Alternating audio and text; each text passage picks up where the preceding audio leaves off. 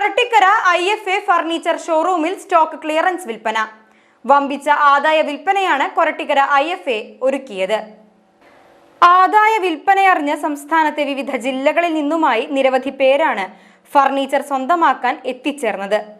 എന്നാൽ ഇതിനിടെ തിരക്ക് ദുരുപയോഗം ചെയ്ത് ചിലർ സംഘം ചേർന്ന് ഏതാനും പേർ വിൽപ്പന തടസ്സപ്പെടുത്തുകയും ഷോറൂമിൽ നാശനഷ്ടമുണ്ടാക്കുകയും ചെയ്തു. തുടർന്ന് കുന്നംകുളം പോലീസ് സ്ഥലത്തെത്തിയാണ് സ്ഥിതിഗതികൾ ശാന്തമാക്കിയത്. കഴിഞ്ഞ ശനിയാഴ്ച വൈകിട്ട് 5 മുതൽ രാത്രി 11 വരെ നടത്താൻ തീരുമാനിച്ചിരുന്ന ആദായ വിൽപ്പന പോലീസിന്റെ നിർദ്ദേശത്തെ തുടർന്ന് രാത്രി 7 വരെ ചുരുക്കുകയായിരുന്നു.